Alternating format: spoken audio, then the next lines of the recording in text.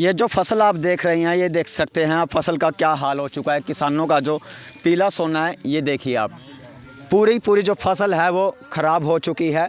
कैथल के बटसीकरी गांव में मैं पहुंचा हूं। यहाँ पर आम आदमी पार्टी के प्रदेश के उपाध्यक्ष अनुराग डांडा यहाँ पर जायज़ा लेने पहुंचे हैं किसानों के बीच फसलों का। आपको बता दें, इसी महीने पहले सप्ताह जब बारिश आई थी, ओलावृष्टि हुई थी, उससे ये जो बारिश की वजह से जो फसल है कैथल के कलायत के बटसीकरी गांव में फसलें ख़राब हो चुकी है। काफ़ी किसानों को नुकसान हुआ है।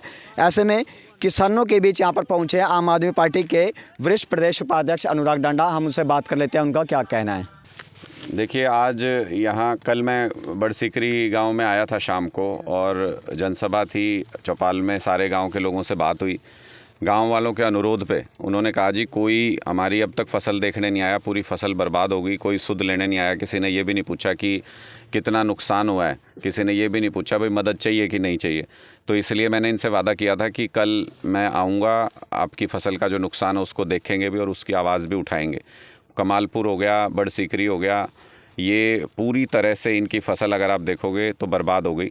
और उसमें जितना प्राकृतिक आपदा जितनी ज़िम्मेदार है उसके लिए, उतना ही सरकार भी ज़िम्मेदार है।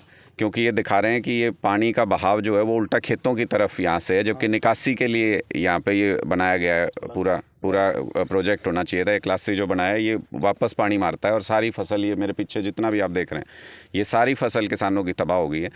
कोई अभी तक सरकार की तरफ से कोई भी, यहाँ से विधायक हैं, वो मंत्री भी रही, अब उनका मंत्री पद छिन गया वो बेशक से, लेकिन विधायक आज भी हैं, उनको सुध लेनी चाहिए थी अपने इलाके में अगर इतना नुकसान हुआ है।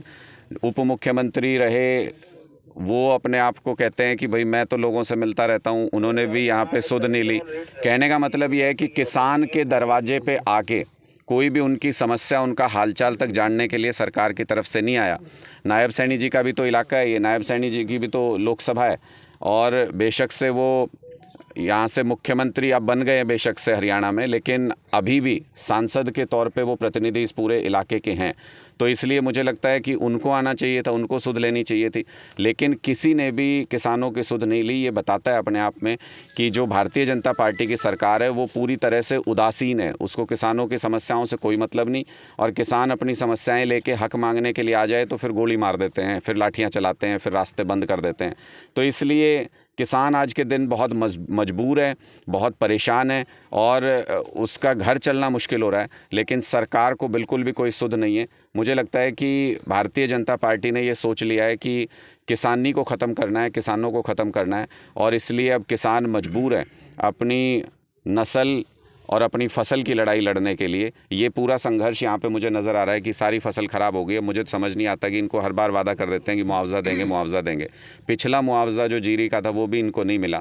तो इस लिहाज से देखें तो भारतीय जनता पार्टी से ये सारे किसान दुखी भी हैं, और जो लोकल प्रतिनिधि भी हैं, चाहे वो विधायक हों चाहे वो सांसद हों, उन्होंने कभी आके इनकी सुध नहीं ली। ये उससे भी बुरी बात है कि घर में अगर कोई नुकसान होता है तो बहुत सारी चीज़ें होती हैं जो ऊपर वाले की मर्ज़ी से चलती हैं, वो तो शायद नहीं पूरी कर पाओ, लेकिन कम से कम अपने आदमी का हालचाल जान लो, कम से कम उससे ये तो पूछ लो कि आपका दुख दर्द क्या है। वो भी पूछने कोई जनप्रतिनिधि नहीं आता। इसका मतलब कि सरकार पूरी तरह से किसानों के प्रति उदासीन है। एक कल मंत्रिमंडल का विस्तार होने की लगातार चर्चा रही, दिन भर विस्तार होगा। कभी कहते हैं अनिल विज, कहते हैं अभी हमारे पास नहीं कोई बात करने आ रहा, कभी कोई राविंदर जीत का प्रेशर। क्या लगता है कि अब तो आचार संहिता भी लग गया, क्या लगता है सरकार में चला सकते हैं ये कैसे? देखिए, हमने बहुत स्पष्ट तरीके से, मैंने पहले भी ये कहा है कि ये जो मुख्यमंत्री बदले गए 9.5 साल के बाद, इसका मतलब भारतीय जनता पार्टी ने मान लिया कि उनकी सरकार 9.5 साल तक काम नहीं कर पाई। उनकी सरकार किसानों के लिए, युवाओं के लिए, महिलाओं के लिए उनकी आकांक्षाओं को पूरा नहीं कर पाई, इसलिए मुख्यमंत्री बदला गया लोकसभा चुनाव से ठीक पहले। ये जो अब चेप्पी लगा के, टेप लगा के, ये जो जुगाड़ की सरकार अब बनाई गई है, जुगाड़ से मुख्यमंत्री बदले गए हैं, ये कुछ नहीं है। ये 6 महीने की और लूट बढ़ा दी गई है। लूट करो योजना है ये 6 महीने की, कि 6 महीने तक नए लोग आके लूटें, दूसरे लोगों को मंत्री बना दो, नए लोगों को सरकार के अंदर मौका दे दो कि भाई 9.5 साल उन्होंने लूटा, अब 6 महीने आपको दिया, पूरी तरह से लूटो। अगर इनको जनता का विश्वास भारतीय जनता पार्टी पूरी तरह से खो चुकी है। अगर इनको मुख्यमंत्री बदलने की ज़रूरत पड़ गई और इनका गठबंधन टूट गया तो मुझे लगता है कि इनको चुनाव में जाना चाहिए था, इनको लोगों के बीच जाना चाहिए था और ये कहना चाहिए था कि अभी लोकसभा चुनाव के साथ ही हमें भी ये बताओ कि भारतीय जनता पार्टी को प्रदेश के लोग चाहते हैं या नहीं चाहते। इनको इनकी सही जगह दिखा देती जनता, इनको हरियाणा प्रदेश से बाहर बोरिया बिस्तरा लपेट के भेज देते लोकसभा के साथ साथ विधानसभा में भी। अनुराग जी, एक तरफ कैसे हैं? देखिए, सिर्फ कुरुक्षेत्र में नहीं बल्कि हरियाणा की 10 की 10 सीटों पे इंडिया गठबंधन बहुत मजबूती से ये चुनाव लड़ेगा। हमको इस चीज़ को समझना होगा कि लोकतंत्र में विचारों का मतभेद तो हमेशा होता है, मुद्दों के ऊपर संघर्ष हो सकता है, एक दूसरे से वाद विवाद हो सकता है, एक दूसरे से टकराव हो सकता है मुद्दों के ऊपर, लेकिन देश सबसे बड़ा होता है। देश और लोकतंत्र अगर नहीं बचेगा तो पॉलिटिकल पार्टियां नहीं बचेंगी और फिर चुनाव ही नहीं होगा, फिर आपके पास ऑप्शन ही नहीं बचेगा कि ये अच्छी योजना लाएं या ये खराब योजना लाएं, आप सरकार तय नहीं कर पाएंगे। इसलिए ये देश बचाने की लड़ाई में इंडिया गठबंधन बनाया गया है। लोकतंत्र इस बार, संविधान और लोकतंत्र खतरे में। अगर किसान कोई गड़बड़ हो जाए उसकी फसल के साथ और वो प्रोटेस्ट नहीं कर सकता तो फिर कैसा लोकतंत्र है, कैसी आज़ादी है। अगर हमारा किसान यहाँ से हरियाणा से या पंजाब से दिल्ली जाना चाहे और उसको कहा जाए आप दिल्ली नहीं आ सकते तो फिर कैसी आज़ादी है।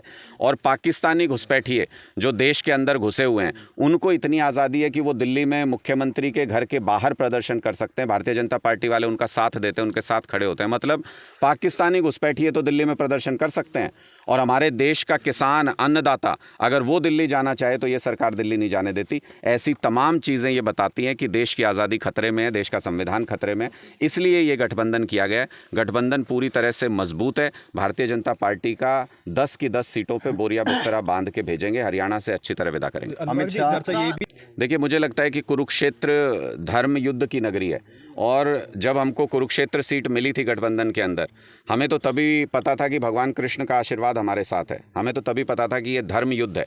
और जो कुरुक्षेत्र का युद्ध हुआ था वो सब नाती थे, वो भाई भाई थे, कौरव और पांडव थे।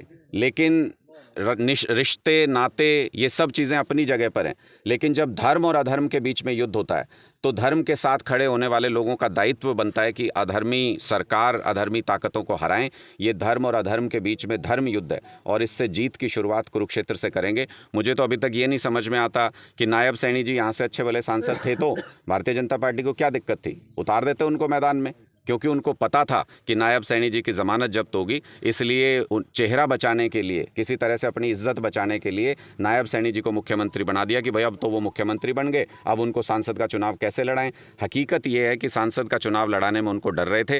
भारतीय जनता पार्टी को आज 20 दिन हो गए हमको उम्मीदवार घोषित किए हुए। भारतीय जनता पार्टी को समझ नहीं आ रहा कि चुनाव मैदान में उतारें किसको। अब तो हालात ये हो गए हैं कि कोई कह रहा है मैं नहीं लड़ता चुनाव, मैं नहीं लड़ता, और भारतीय जनता पार्टी घर से, मुझे लगता है बंदूक की नोक पर किडनैप करके लाएगी किसी कैंडिडेट को और उसको चुनाव मैदान में उतारेगी। ऐसी हालत हो गई है कि इनके चुनाव निशान पे कुरुक्षेत्र से चुनाव लड़ने को कोई तैयार नहीं है। भारतीय जनता पार्टी ज़बरदस्ती किसी को भी उतारे मैदान में, जो भी आएगा चुनाव मैदान में, चाहे वो कोई भी शख्स क्यों ना हो, वो अधर्म की तरफ खड़ा होगा, चाहे वो कोई भी शख्स क्यों ना हो, वो अंधभक्तों की तरफ खड़ा होगा। इस बार लड़ाई अंधभक्तों और देशभक्तों के बीच में है। देशभक्त जीतेंगे और अंधभक्त हारेंगे। देखिए, निश्चित तौर पे किसान को सबसे पहली ज़रूरत ये होती है कि किसान का पूरा साइकिल, अगर इकोनॉमिक साइकिल देखें, वो सारा साइकिल उधार पे चलता है कि वो कुछ पैसा कहीं से लेता है, अपना खेती करता है, उससे जो फसल आती है उससे उसकी थोड़ी बहुत कमाई होती है, उससे घर चलता है उसका। मुझे लगता है कि जो इतने गरीबी में अपना जीवन जी रहा है, जो मजबूरी में किसान जीवन जी रहा है आज के दिन में, उनको पहला काम ये होना चाहिए कि जैसे ही नुकसान हो, हमने ये मांग भी की थी कि ये आप जो स्पेशल गिरदावरी कराते हैं, इस प्रोसेस को पोर्टल पे डालो, उसको महीनों तक प्रोसेस को चलाओ और टाल मटोल करो। पहला काम ये होना चाहिए कि आंशिक रूप से मदद 8-10 दिन के अंदर किसान के खाते में पहुंचनी चाहिए और उसके बाद आपको जो भी एनालिसिस करना है आप उसको कीजिए, उसमें किसान को भी शामिल कीजिए।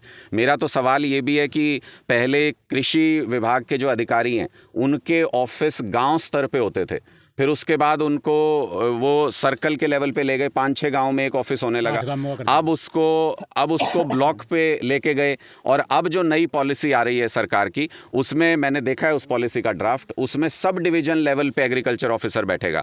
तो इसका मतलब कि 40 किलोमीटर के एरिया में एक ही एग्रीकल्चर ऑफिसर होगा। क्या तो वो जायज़ा लेगा, क्या वो रिपोर्ट बनाएगा, क्या वो किसानों की मदद कर पाएगा, क्या वो किसानों का सहयोग कर पाएगा। इसका मतलब सरकार की जब नीति और मंशा ही किसान के खिलाफ खिलाफ हो, तो उनसे किसी तरीके की कोई मदद की उम्मीद करना बेकार है।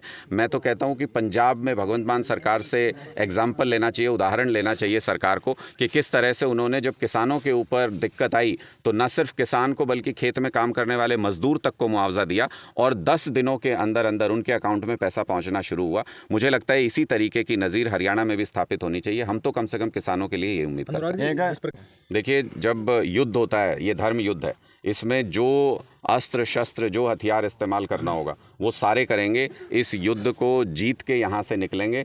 कुरुक्षेत्र की धर्म नगरी से भगवान कृष्ण का आशीर्वाद लेके यहाँ से निकलेंगे और भगवान ने चाहा तो कुरुक्षेत्र से जो संदेश जाएगा वही पूरे देश में भी संदेश जाएगा। भारतीय जनता पार्टी को इस बार पूरे देश में हरा करके भेजेंगे। ये कई बार कहते हैं 400 पार 400 पार, तो मैं ये कहता हूँ भाई हरियाणा में देख लो, कह रहे थे 75 पार, आई इनकी 40, 53% का रेशो है, उस हिसाब से देख लो 400 पार कह रहे हैं तो 200 मुश्किल से पार होने की इनकी उम्मीद इनको खुद को है।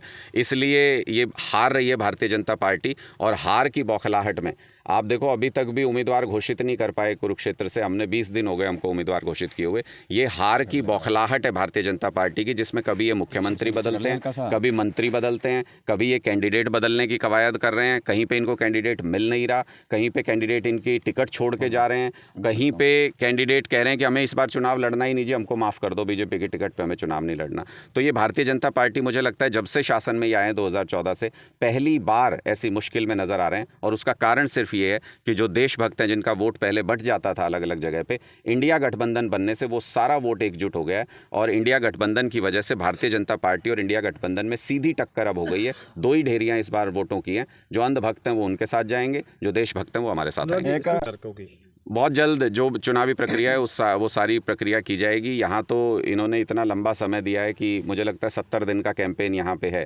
तो समय आने पर समय समय पे सारी चीज़ों का अनाउंसमेंट किया जाएगा सही तरीके से।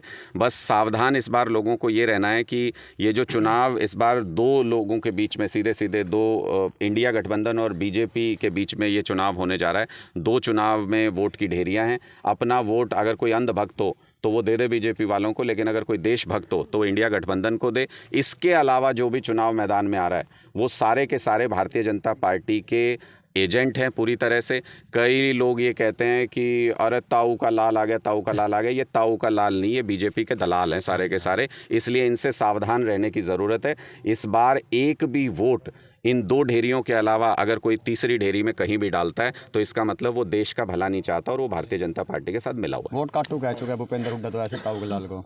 मैं कह तो रहा हूँ ये ताऊ के लाल नहीं है, ये बीजेपी के दलाल हैं। लोगों को इनको पहचानना पड़ेगा कि क्यों ये जब राज्यसभा सांसद चुना जाता है तो किधर वोट करते हैं, ज़रा देखना उसको। ये जब बहुमत साबित किया जाता है हरियाणा विधानसभा में तो ये भाई साहब किधर वोट करते हैं, ज़रा देखना उसको। ये किसानों के नाम पे अपना इस्तीफ़ा दे के दोबारा चुनाव लड़े थे, लेकिन जब चुनाव जीत के आए तो उसके बाद उस जीते हुए विधायक के सीट को इन्होंने राज्यसभा चुनाव में किसके चरणों में रखा था, उसको देख करके लोग ये ज़रूर समझें कि ताऊ के लाल नहीं है, ये ताऊ का तो नाम खराब कर रहे हैं, ये बीजेपी के दलाल हैं सारे।